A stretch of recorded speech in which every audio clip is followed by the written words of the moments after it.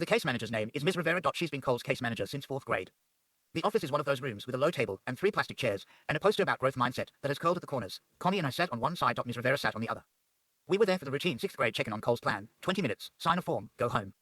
It went the way it usually goes for the first 10 minutes. Cole's holding steady on the new schedule. The math accommodations are working. His reading is up half a grade. Connie nodded the way she nods. I had my hands folded on the table. Then Ms. Rivera said, he told me last week that he tries not to talk about hard stuff at home because his dad already has a lot to think about. I didn't say anything. Connie didn't either. Ms. Rivera moved on. She said it the way she says everything, gently, not making a thing of it. But I heard it. I heard it the way you hear a knock in an engine. I reached over under the table and took Connie's hand. I don't know why I did it. Exactly. It wasn't a decision. I haven't done, but in a meeting in 19 years. Connie squeezed back once and didn't look at me. Ms. Rivera kept talking about the spring evaluation timeline. We signed the form. We walked out to the truck.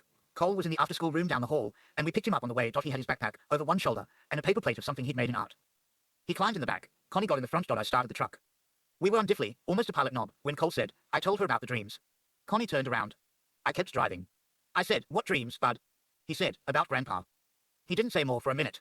Then he said, I have a dream where Grandpa is on the phone, but he can't remember my name. And I can't tell anybody. Connie put her hand on the back of my seat. I could feel her looking at me. I kept my eyes on the road. I said, how often, Cole? He said, sometimes. I said, okay, bud. Thanks for telling us. I drove the rest of the way without the radio on. Cole went to his room when we got home. Connie went into the kitchen.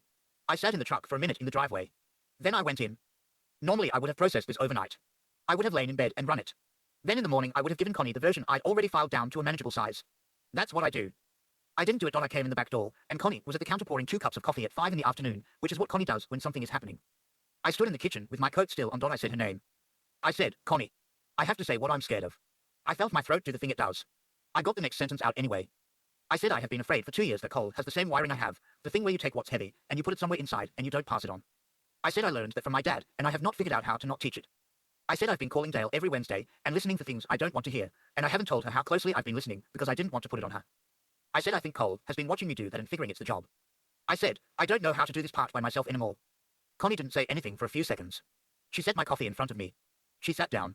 Then she said, I have been waiting for you to say that for 2 years. We sat at the kitchen table until Cole came down for dinner. We didn't fix anything. We made a plan. Talk to Cole tomorrow, the 2 of us together. Call Ms. Rivera Friday.